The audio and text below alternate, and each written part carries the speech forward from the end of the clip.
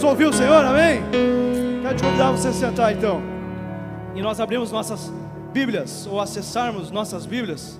Irmãos, o Senhor tem me desafiado, pessoalmente, nos textos de 1 Coríntios. E eu tenho compartilhado com vocês, porque eu entendo que Jesus tem também desafiado nós como Passo da Areia sobre essas questões. E eu não sei quantos de vocês lembram, mas nós tivemos no primeiro culto do ano aqui falando, no dia 1º, sobre como aproveitar essa graça, esse sobrenatural de Deus de uma forma mais profunda, como aproveitar a chuva de forma mais profunda. E o texto foi 1 Coríntios 12, principalmente o 12. E lá ficou a certeza para nós que nós vamos aproveitar a chuva, vamos aproveitar a graça de Deus, se nós fizermos um sistema funcionar da melhor forma possível. E esse sistema é o corpo de Cristo, que nós somos nós, cada um de nós é um membro, recebeu um dom espiritual para ser usado na vida de outros, e nós precisamos viver então uma vida se importando um com o outro, se importando como o outro, como aquela engrenagem está funcionando, como aquela engrenagem está fazendo a sua parte, porque o texto diz que quando uma engrenagem está fraca, está desanimada, a gente precisa ir até ela e ajudar, porque quando o sistema está funcionando, nós estamos vivendo o sobrenatural de Deus, que é coletivo de uma forma profunda. Então eu quero te desafiar, quero te encorajar a você se lembrar dessa palavra durante a pregação de hoje. Mas há 2 semanas atrás, a segunda reflexão de Jesus foi no começo dessa carta, desse livro. Em 1 Coríntios, do 1 ao 3, nós falamos de como é louca a sabedoria de Deus, de como a gente precisa mudar de valores, mudar de perspectiva para viver o sobrenatural de Deus, e como a gente precisa então deixar-se viver uma realidade que para o mundo é loucura, é perda, é inutilidade e etc., para que nós possamos viver então o melhor de Deus. Então nós falamos basicamente 3 coisas que eu queria relembrar. Que o melhor de Deus nós encontraremos num estilo de vida que é louco e fraco para esse mundo. E nós vamos precisar então nos dispor a viver os últimos lugares nesse mundo. Jesus falou isso em mais de uma ocasião. Nós precisamos estar dispostos a viver os últimos lugares desse mundo. Temos pouco reconhecimento das pessoas, pouco poder nesse mundo, pouco recurso, pouca coisa nesse mundo. E eu nunca falei que a gente não deveria trabalhar pelas coisas materiais, mas que a gente deveria focar no patrimônio espiritual. Esse foi o 3º ponto. Que o melhor de Deus eu vou encontrar quando eu estiver focado em adquirir patrimônio espiritual e deixar então as outras coisas serem só consequências dessa busca pelo patrimônio espiritual. Então nós saímos aqui convencidos que a gente não pode se distrair com as outras propostas que o mundo tem para nós, de acúmulo de patrimônio material, de fama, de etc., mas focar nesse patrimônio, que é o patrimônio que de fato dá qualidade de vida na terra e que vai ter um eco no céu, que a gente não sabe qual é, mas a Bíblia promete a recompensa no céu, há tesouros nos céus acumulados quando eu acumulo patrimônio espiritual. Então nós saímos daqui convencidos de que a gente precisava ter o foco em adquirir patrimônio espiritual. Só que, irmãos, se a gente continua lendo a carta, nós vamos ver o apóstolo Paulo falando ali do capítulo 4 até o 10, sobre vários assuntos. Mas uma coisa volta sempre, e o Espírito Santo me abriu os olhos para uma coisa que volta sempre nesses capítulos, sobre os coríntios, sobre aqueles crentes, que serve para nós também. E é sobre isso que eu queria falar com vocês hoje. Porque uma coisa, irmãos, quando a gente fala de adquirir patrimônio espiritual, começa a se tornar importante. Nós temos cuidado com o orgulho espiritual, com o orgulho do patrimônio espiritual, com o orgulho do que eu já recebi espiritualmente. E esse era um problema que esses irmãos acabavam enfrentando. Então eu queria começar essa minha reflexão pelo final. Quero começar lendo um texto do capítulo 9, lá de 1 Coríntios. Então, 1 Coríntios capítulo 9, versículo 24 em diante, fala sobre um texto que é bem conhecido. Paulo faz uma metáfora com os Jogos Olímpicos, que já existiam naquela época, né? Então eram jogos esportivos, e ele menciona a corrida e a luta. E ele fala então sobre as pessoas que corriam num estádio.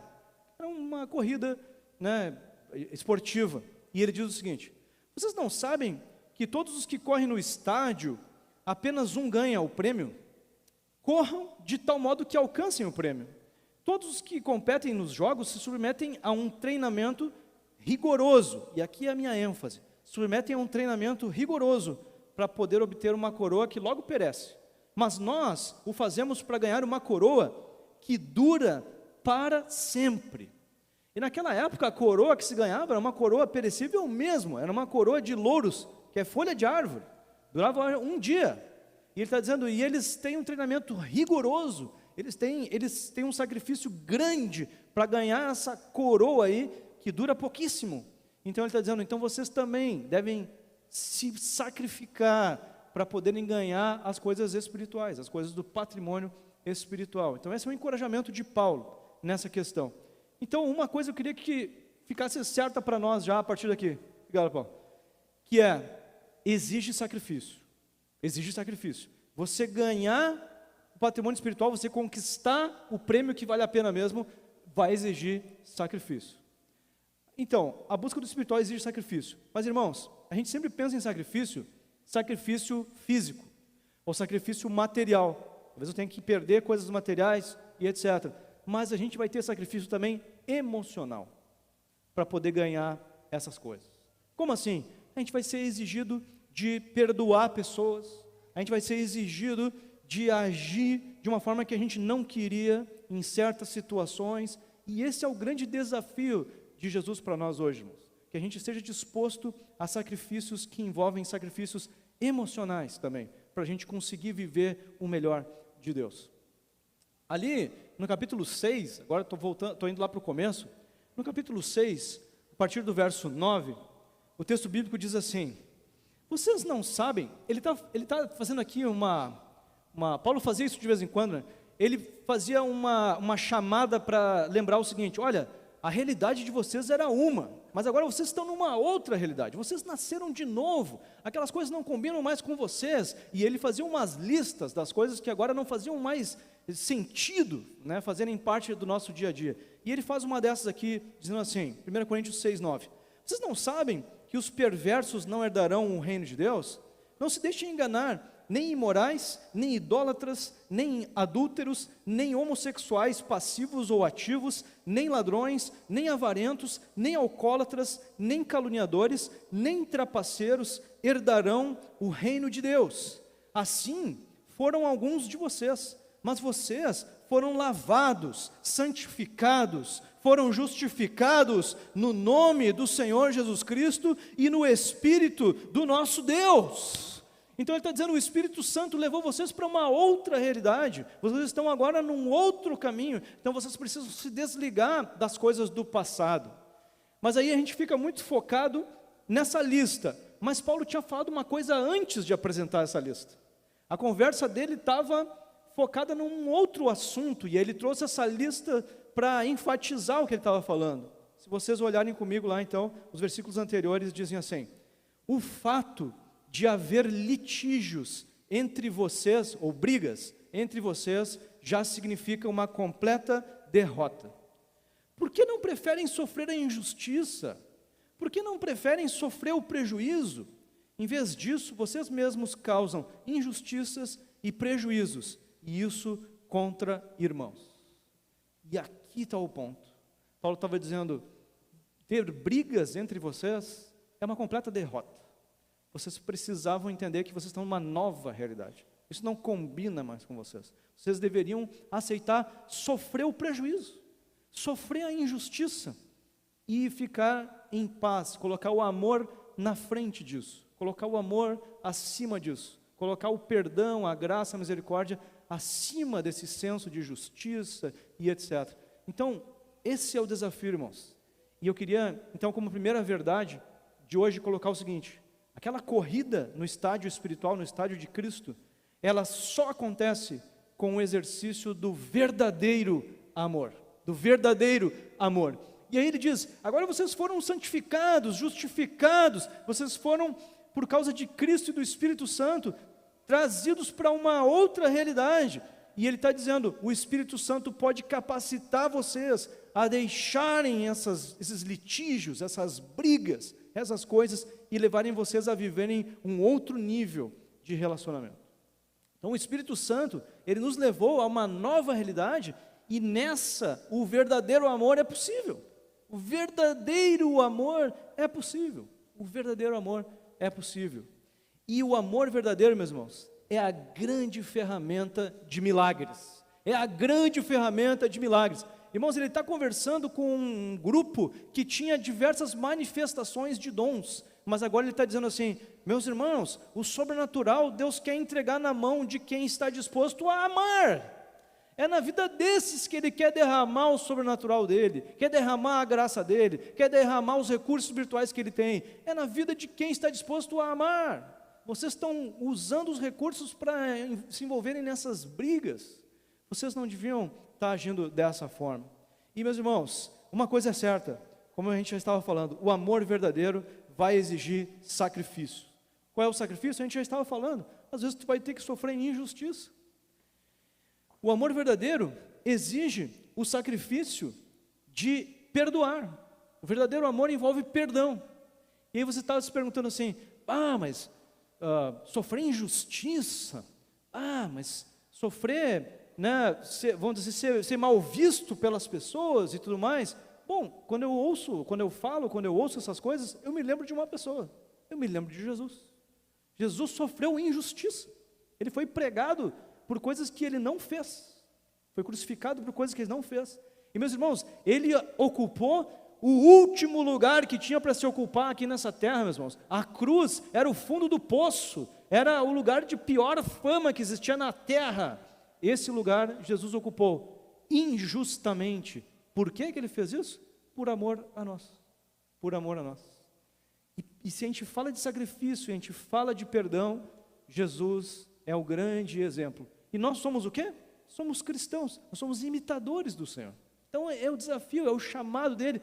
Façam como eu fiz, aceitem o prejuízo, aceitem a injustiça, e amem, e perdoem, e deixem que eu faço as coisas que precisam ser feitas. Deixa que eu sustento vocês, deixa que eu recompenso vocês, deixa comigo o que precisa ser feito, e vocês aceitam viver como eu vivi.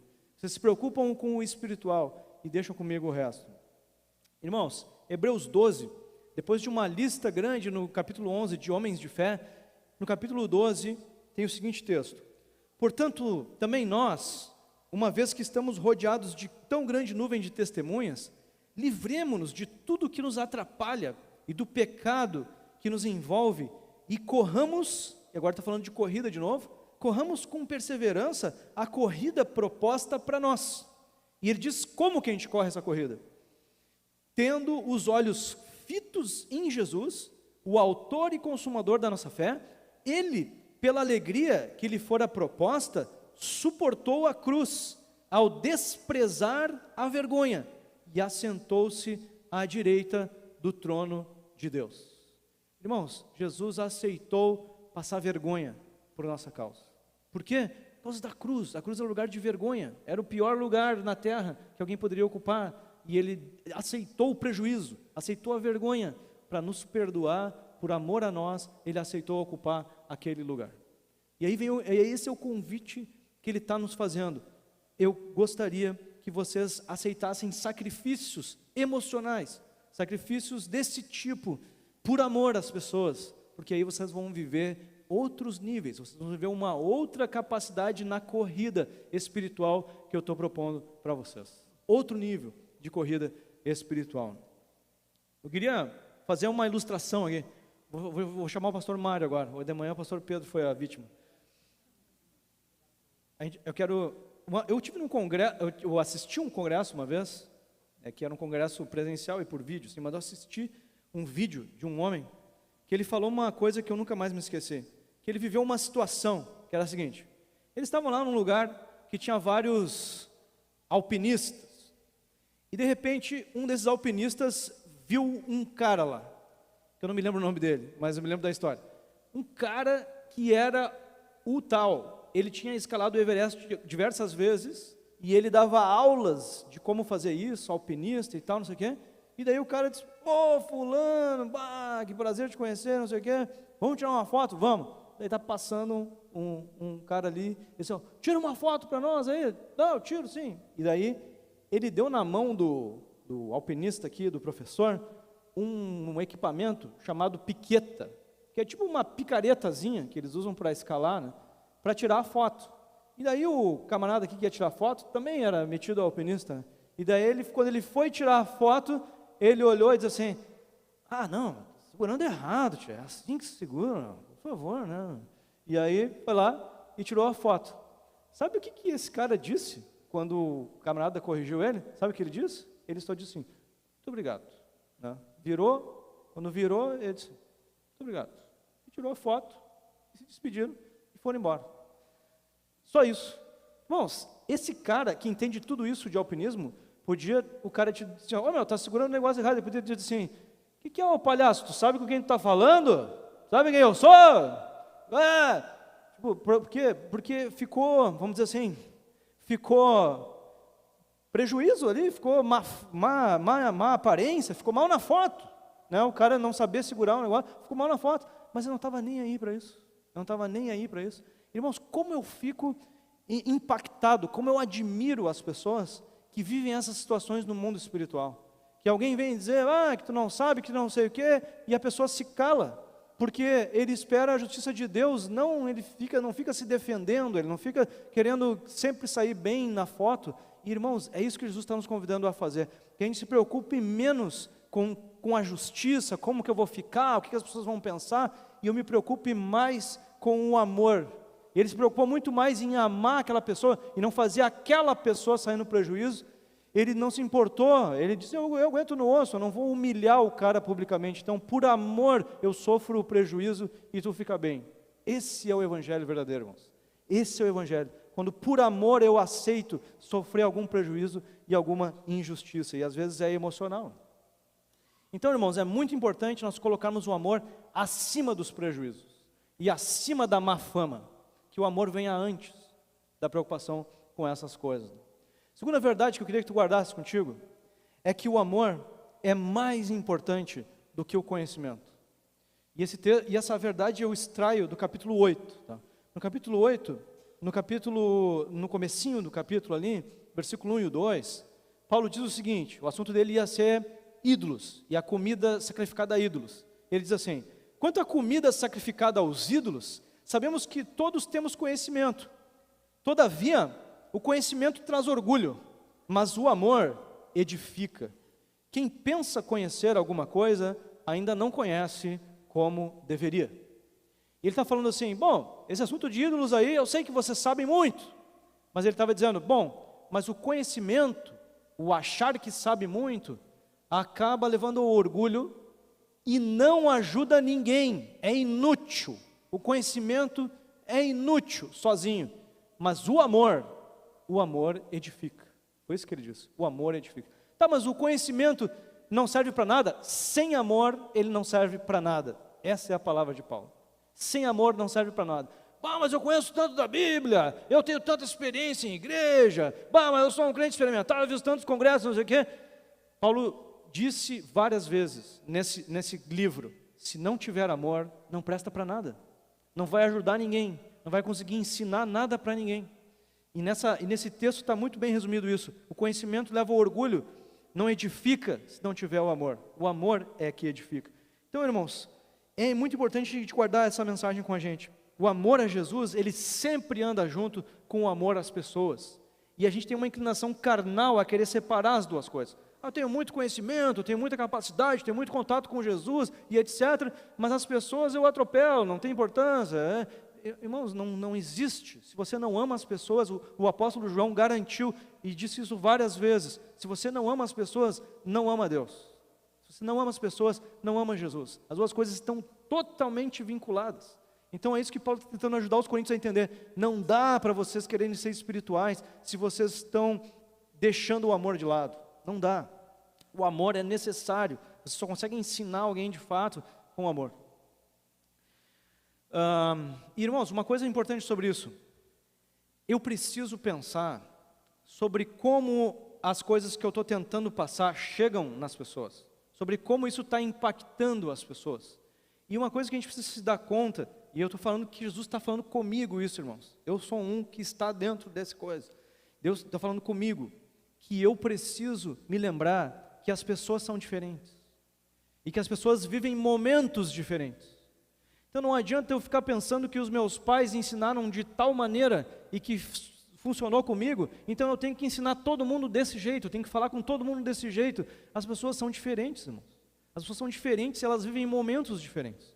Então o amor tem que me levar a me adaptar, a entender como que a pessoa vai se sentir amada, encorajada com esse ensinamento que eu estou tentando passar. Então é importante que a gente leve o amor acima do conhecimento, porque senão a gente não vai conseguir ensinar nada para ninguém. O amor é que edifica, o amor é que constrói. Uma vez eu vivi uma situação engraçada, né? Estava indo para um encontro de casais, né? Encontro de casais. Deu um inimigo que se levantar, né? A gente estava indo para Torres de carro, chuva, né? E aí, de repente, o camarada fez lá uma ultrapassagem pela direita, assim, e jogou água sobre o meu carro, e aí me deu lá um pânico, e aí o carro meio que se derrapou e etc. E aí foi aquela tensão e tudo mais. Daí quando terminou, eu estava daquele jeito, né? Eu estava murmurando, falando sozinho, e etc. E aí a Tati olhou para mim e disse assim: tu não é melhor do que ele. Eu queria atravessar o teto, né? Para ver se pega uma chuva na minha cabeça, eu esfrio um pouco, né? Mas daqui a pouco eu comecei a me acalmar e eu comecei a entender que era uma coisa que eu precisava ouvir, porque aquelas explosões eram frequentes, irmãos, naquela época. Eu estava toda hora me exaltando, falando sozinho e etc, né? E aquela foi uma palavra importante, e eu sabia que tinha vindo pelo amor, tinha vindo com amor sobre mim, não era uma palavra de desafio e tal, então era uma palavra de fato para que eu pudesse refletir, né? Já teve outros momentos que a Tati veio até mim com um outro tipo de palavra, porque era um outro momento, era um momento de, olha, eu estou contigo, conta comigo, estamos juntos nessa, né? Vamos vencer e etc. Era um outro tipo de palavra. Então, os momentos são diferentes. O Eduardo é o mesmo, mas ele vive momentos diferentes. A gente precisa ter essa sensibilidade de deixar o amor falar mais alto, de tentar entender como que a pessoa vai receber essa coisa, como que é melhor que eu fale. E aí, irmãos, começa uma coisa se repetir ali na conversa com os coríntios. Tem um grande inimigo para quem te haja com amor, tem um grande inimigo do amor verdadeiro, que é o pensamento do crentaço. Como assim? Crentaço é uma palavra que eu criei, tá? Que é o crente, né, o crente que acha que está com a vida ganha, né? Já tem não sei quantos anos de cristão, já sabe isso, já sabe a Bíblia toda, já não precisa nem ler a Bíblia mais, já está dominado, né? Esses eram os coríntios. Vocês veem que Paulo tem que voltar nesse assunto muitas vezes para confrontar eles, né? E esse crente, ele tem dificuldade de ouvir opiniões contrárias. Tem dificuldade extrema de ouvir opiniões contrárias. E ele fala bem de si mesmo, ou dos seus, e mal dos outros. É padrão, porque ele acha que está no nível... Ele trata mal as pessoas, e ele faz isso, sabe como? Em nome de Jesus, e usando a palavra de Deus. Ele bate nas pessoas com a palavra de Deus. E ele acha que ele está fazendo, não, porque é a verdade, é a verdade, é a verdade, é a verdade. Só que a gente precisamos sair daqui convencidos, irmãos, que a verdade sem amor não presta para nada.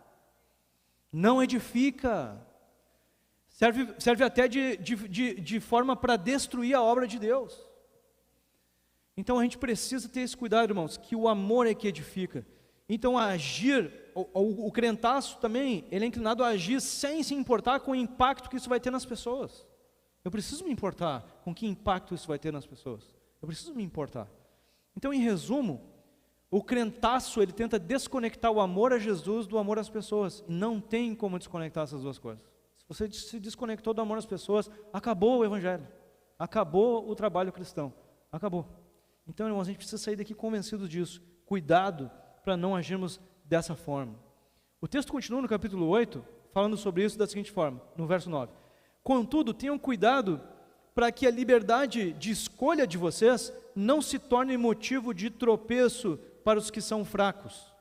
Então ele está dizendo, você tem que cuidar o impacto que as escolhas de vocês causam nas pessoas. Tem que cuidar.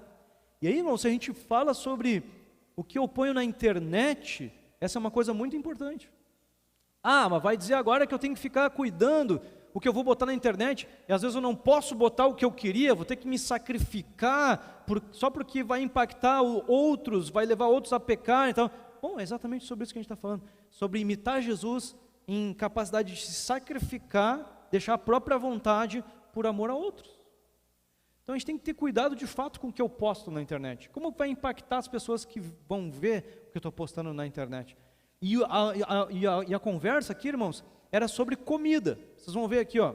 Depois ele diz assim: esse irmão fraco, por quem Cristo morreu, é destruído por causa do conhecimento que você tem. Quando você peca dessa maneira contra os seus irmãos, ferindo a consciência fraca deles, peca contra Cristo. Ele está dizendo, irmãos, presta atenção, que é um pecado você ferir a consciência de alguém.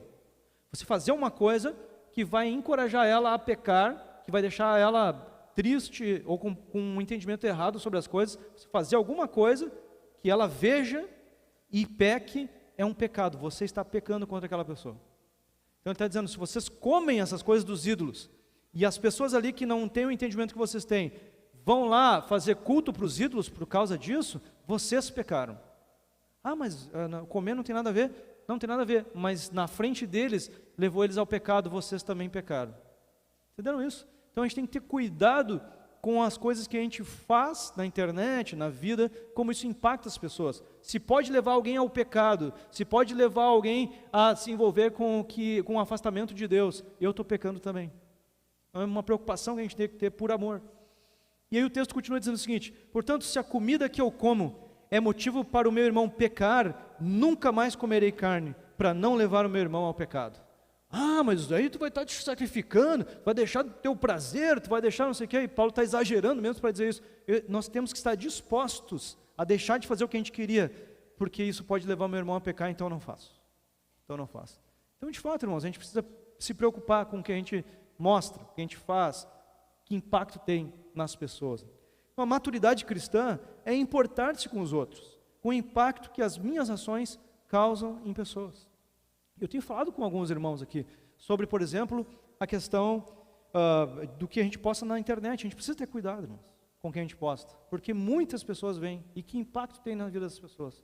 Como eu falo, que impacto tem na vida das pessoas? Depois, irmãos, se a gente for lá para o capítulo 13 de 1 Coríntios, vocês conhecem o assunto do capítulo, diz assim: se eu tiver o dom de profecia, souber todos os mistérios e todo o conhecimento, tiver uma fé capaz de mover montanhas, mas não tiver amor, nada serei. Se eu der aos pobres tudo o que possuo, entregar meu corpo para que eu tenha de me gloriar, mas não tiver amor, nada disso me valerá. Conclusão: a verdade só transforma quando acompanhada de ação de amor. E ação de amor já é um pleonasmo, uma redundância aqui, irmãos, porque amor sempre é ação. Amor não existe na teoria, amor é ação. Então eu amo alguém quando eu falo alguma coisa com amor, quando eu ajo de uma forma amorosa, isso é amor. Então, irmãos, o verdadeiro ensinamento, o verdadeiro trabalho cristão só vai acontecer se tiver amor envolvido, se tiver amor envolvido. Agora, tem uma questão que eu tenho me preocupado bastante, irmãos, que é a seguinte: o legalismo. A gente fala muito sobre legalismo, né? Mas a gente acha bonito, e eu tenho visto alguns cristãos ganharem fama e na internet e tal, agindo de uma forma agressiva, falando de uma forma agressiva. Eu tenho visto os cristãos falando de forma agressiva contra outros. E a justificativa é a seguinte: não, olha Jesus, ele falou duro com os religiosos antigos, com aqueles que sabiam, Jesus falava duro, Jesus fez isso, Jesus virou as mesas e etc. Bom, então a gente vai concluir que Jesus agiu sem amor várias vezes? É isso? Não, Jesus sempre agiu com amor. Jesus sempre agiu com amor. Então a gente tem que ter cuidado com essa coisa de, não, mas é a verdade. Se tu fala a verdade sem amor, não é Jesus falando. Não é o trabalho de Deus. Pode estar sendo até contrário ao trabalho de Deus. Então a verdade com amor, essa é que transforma. A verdade com amor, me importando como a pessoa vai receber, essa é que transforma. E vocês podem ter certeza, Jesus sempre se importou sobre como as pessoas iam receber o que ele estava falando. Ah, mas ele é mais duro aqui, mais mole aqui. Bom, mas ele estava se importando com as diferentes pessoas, as formas como elas iam receber as coisas. Sempre foi com amor, irmãos. Não há desculpa para a gente entrar numa de agressividade. Não existe. Então a gente precisa lembrar que o amor é que vai transformar, que vai fazer a pessoa assimilar, que vai fazer a pessoa de fato receber de Deus. É o amor. Então o amor tem que estar acima do conhecimento. Sim, irmãos, amém? Outra coisa que eu queria que a gente guardasse hoje. O amor, ele é mais importante do que a minha vontade. De novo tem a ver com o sacrifício pessoal. Paulo falou nesses capítulos aqui 2 vezes, umas coisas parecidas. Capítulo 6 e no 10. No 6 ele falou, tudo me é permitido, mas nem tudo convém. Tudo me é permitido, mas eu não deixarei que nada me domine. E lá no capítulo 10 ele diz, tudo me é permitido, mas nem tudo convém. Tudo me é permitido, mas nem tudo edifica. Ninguém deve buscar o seu próprio bem, mas sim o dos outros. Sim, o dos outros. Então aqui de novo ele está dizendo, quando tu preocupa o teu próprio bem, isso não edifica. Tudo é permitido, mas não convém agir dessa forma. Não edifica, não é útil. Então quando você pensa nos outros, aí sim a coisa começa a acontecer. E o desafio, irmãos, de novo agora vem do pensamento do crentaço nessa questão.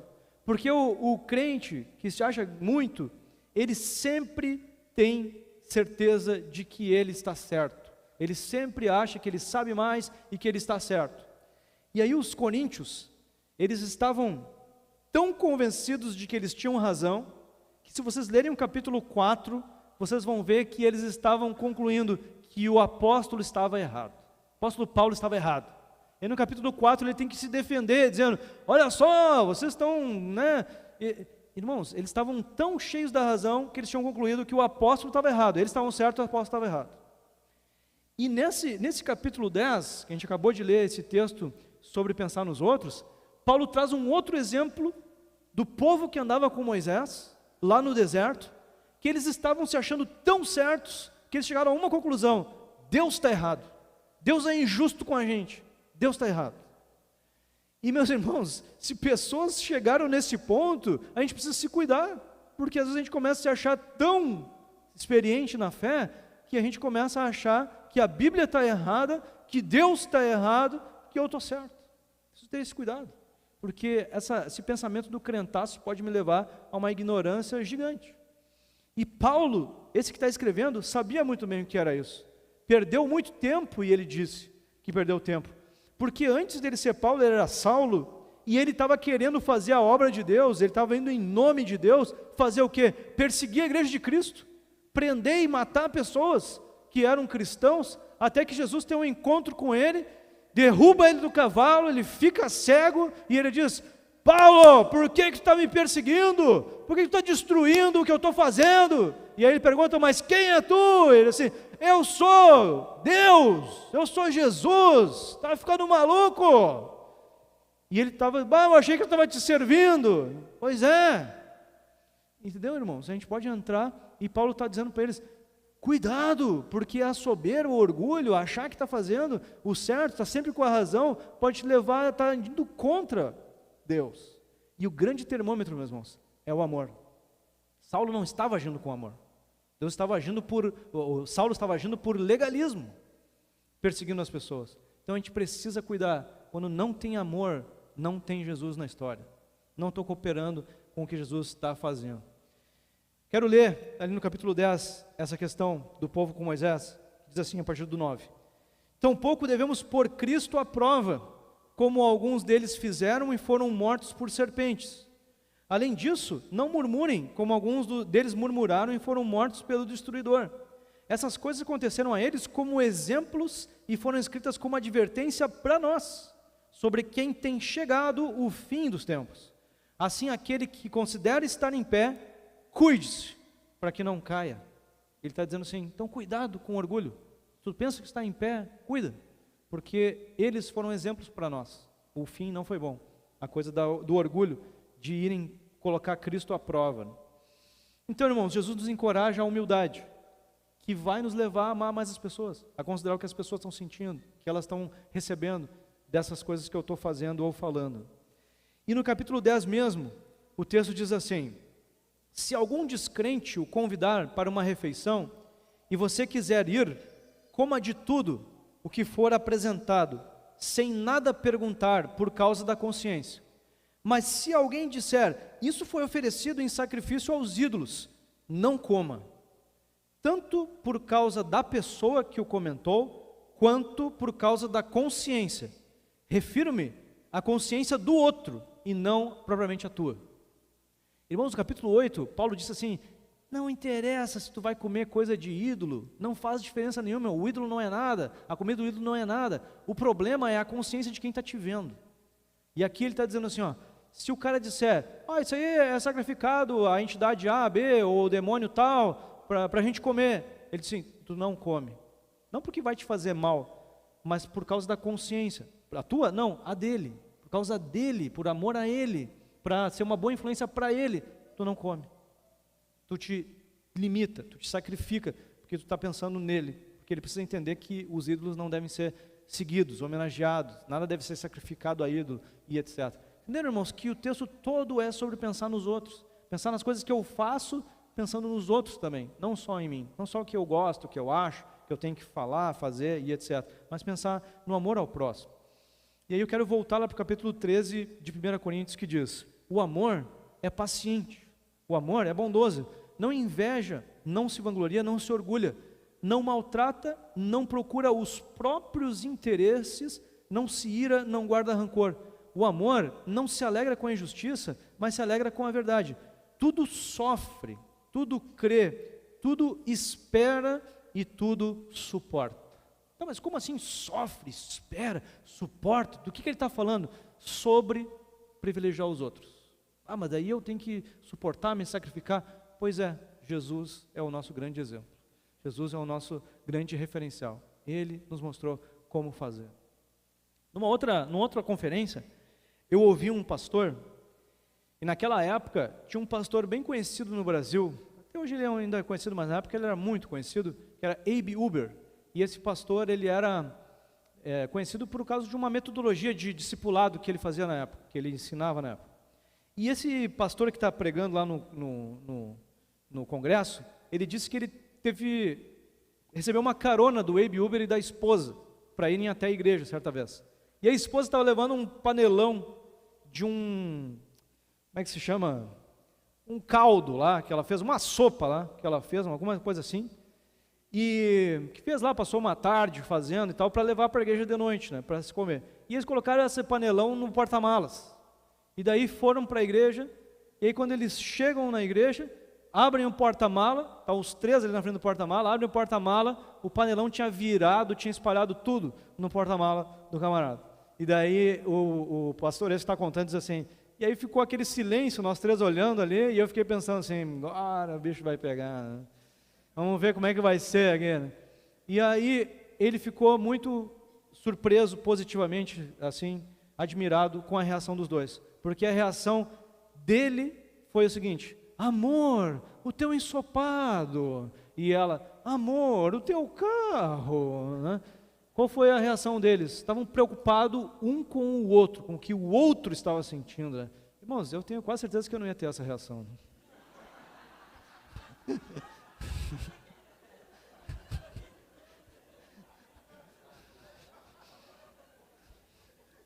Eu disse, não é aqui que carrega isso.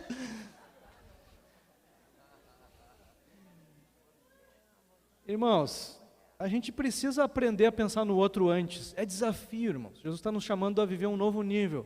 Exige sacrifício, exige. Mas quando o amor crescer em nós, quando a preocupação com o outro crescer em nós, quando a gente tiver essa prontidão, a gente vai começar a experimentar mais dos milagres de Deus, mais do sobrenatural de Deus. Esse é o caminho, irmãos, que a gente precisa trilhar. Isso vai trazer o favor de Deus, a graça de Deus, porque como eu falei antes, Jesus quer derramar o poder, quer derramar o milagre, quer derramar os dons sobre as pessoas que estão dispostas a amar o amor sacrificial de Cristo, o amor ao próximo, o amar, preocupar-se com a pessoa antes do que eu.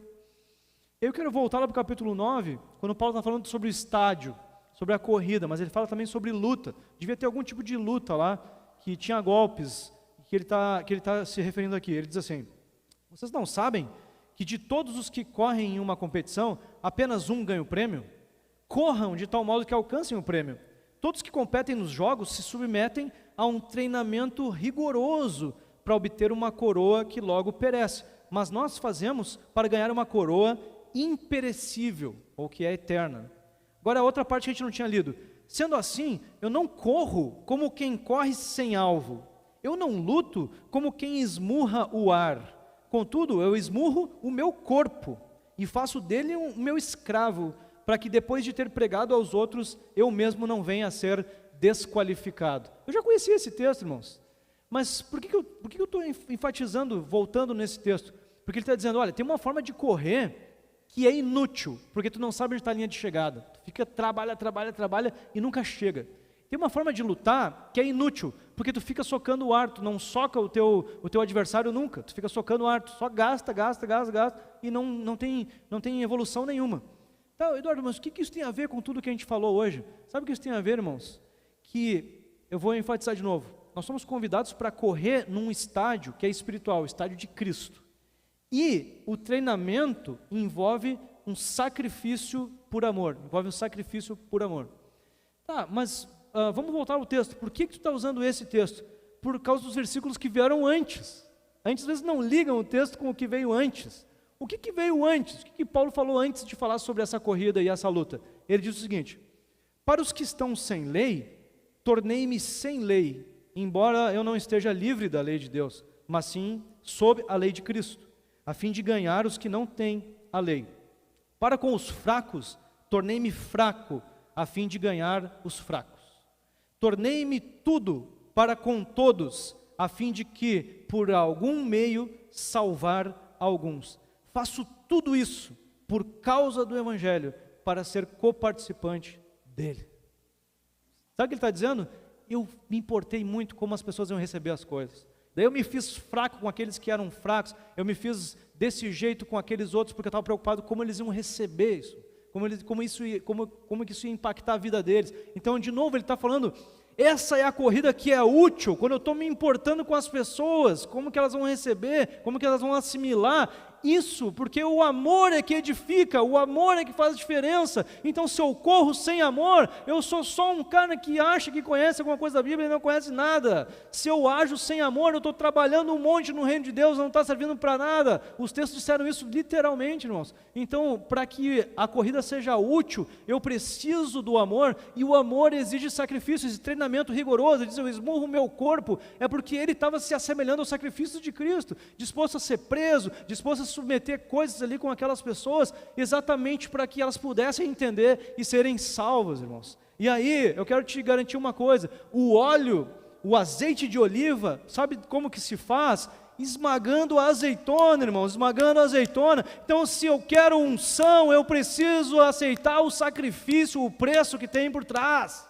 E o preço é eu me sacrificar por amor às pessoas, para perdoar pessoas, para suportar pessoas, para que elas possam receber o amor, a palavra de Cristo. Talvez sofrer prejuízo, sofrer as coisas que a gente pode enfrentar. Sabe o que veio depois desse texto do estádio? Vem aquele texto que a gente já tinha lido. Tudo me é permitido, mas nem tudo convém. Tudo é permitido, mas nem tudo edifica. Ninguém deve buscar o seu próprio bem, mas sim os dos outros. Esse Paulo vinha dizendo que a gente não deveria se importar com o que os outros pensam, a gente não deveria se pautar pelo que os outros pensam, e é verdade, mas eu preciso me preocupar como os outros se sentem, como que eles recebem as coisas que eu estou pregando, que eu estou falando, se eles sentem, se isso é bom. Eu preciso me importar em amar as pessoas, não posso viver um evangelho que eu desconsidero. Não, agora que os outros pensam não me interessa, agora eu prego, eu falo, dou a quem doer, é a verdade. Irmãos, não existe esse evangelho, não existe. Paulo está dizendo, eu me adaptei aqui aos fracos, aos que não têm lei, aqui e ali, por amor, porque eu quero que eles conheçam e sejam salvos. Irmãos, não dá para pensar só em mim, eu preciso pensar nos outros. Quando eu falo, e essa é uma coisa que a gente precisa aprender, eu preciso pensar como os outros estão recebendo o que eu estou falando, porque senão não está ajudando. Por fim, irmãos, quero ler o texto de 1 Coríntios 13, que vai dizer: assim permanecem agora estes três: a fé, a esperança e o amor. E o maior desses, porém, é o amor. O amor, irmãos, faz de nós boas influências, influências eficazes, canais de milagres, naquele estádio, naquela corrida de Cristo, naquela corrida espiritual. Então o amor é que vai nos fazer influência nesse mundo, o amor é que vai nos fazer viver os milagres de Cristo, o milagre o maior de todos, que é a salvação, e outros moveres de Deus. Eu quero te encorajar a você ter essa mensagem no teu coração, que o amor precisa estar acima de tudo, o amor precisa estar como pauta. Eu preciso me preocupar com as pessoas antes de fazer qualquer coisa. Então, irmãos, a corrida, ela só acontece com o exercício verdadeiro do amor verdadeiro. O amor, ele é mais importante do que o conhecimento, e o amor, ele é mais importante do que a minha vontade. E o amor, então, concluindo, exige sacrifício, mas é o canal dos milagres de Deus. Deus quer capacitar, derramar a graça dele sobre as pessoas que estão dispostas a amar como ele amou, amar como ele amou. Então eu queria te convidar agora a gente orar sobre isso. Vamos orar, amém? Te convido a ficar em pé agora e dar uma resposta para Jesus sobre o que tu ouviu hoje. Dá uma resposta. Eu sei, irmãos, quando a gente ouve um sermão assim, a gente pensa sobre pessoas, a gente pensa sobre pessoas da família, que a gente às vezes não fala com amor, a gente fala com a nossa carne. Isso acontece comigo, acontece com cada um de nós, né? Jesus deve ter colocado alguma pessoa no teu coração, ou mais de uma pessoa, ou mais de uma situação, ou Ele está talvez te encorajando a você ter algumas atitudes essa semana, algumas iniciativas na direção de algumas pessoas. Bom, se Deus está falando contigo alguma coisa, Jesus está falando contigo alguma coisa, quero te encorajar a você dar uma resposta para Jesus. Você dizer: Jesus, a tua palavra falou comigo, eu entendi, o teu Espírito mexer comigo especialmente, falou com todos nós, mas comigo especialmente sobre o fulano, sobre o Beltrano, sobre fulana, Beltrano, sobre movimentos que eu tenho que deixar de fazer, ou movimentos que eu tenho que começar a fazer, né? Então eu queria que agora você desse uma resposta para Jesus. Se você quiser vir aqui na frente, vem. Às vezes a gente vindo na frente, a gente marca aquele movimento, aquele dia, né? Dia que a gente falou sobre isso, né? Então, se você quer vir, pode vir aqui na frente, a gente ora juntos aqui. Descer aí para a gente orar juntos. Se você quiser vir, pode vir, nós vamos orar, dando uma resposta para Deus. Jesus, nós queremos, Senhor, nessa noite te agradecer, Pai. Tua palavra nos desafia, Senhor, a irmos para novos níveis espirituais, Pai. E eu quero, Senhor, te agradecer, porque pessoas se sentem chamadas por Ti, Senhor, a viverem, Pai, uma nova realidade, Senhor. E dizem sim, Senhor, sabendo que precisam, Senhor, de sacrifício, Pai. Precisam, Senhor, deixar que o amor vá acima da própria vontade, Senhor.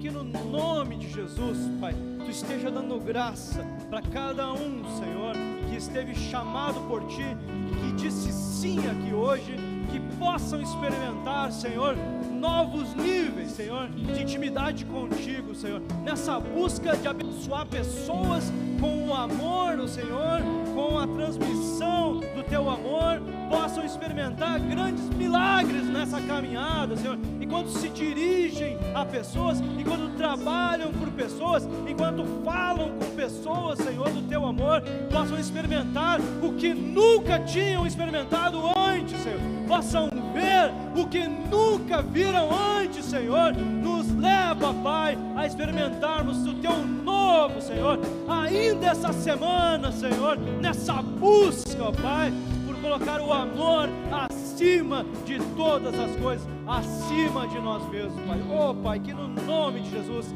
a Tua graça nos leve a experimentarmos o que Tu está nos desafiando hoje, Senhor. não nos deixa distrairmos, Pai. Queremos andar com esse foco, queremos, Senhor, ver as pessoas sendo abençoadas, encorajadas, transformadas através de nossas vidas, Pai. Que seja um tempo de alegria, Senhor, um tempo, Senhor, de experimentarmos, aproveitarmos a chuva, de vermos a colheita acontecendo e participarmos desse teu movimento, Pai. É a nossa oração, nos faz teus cooperadores.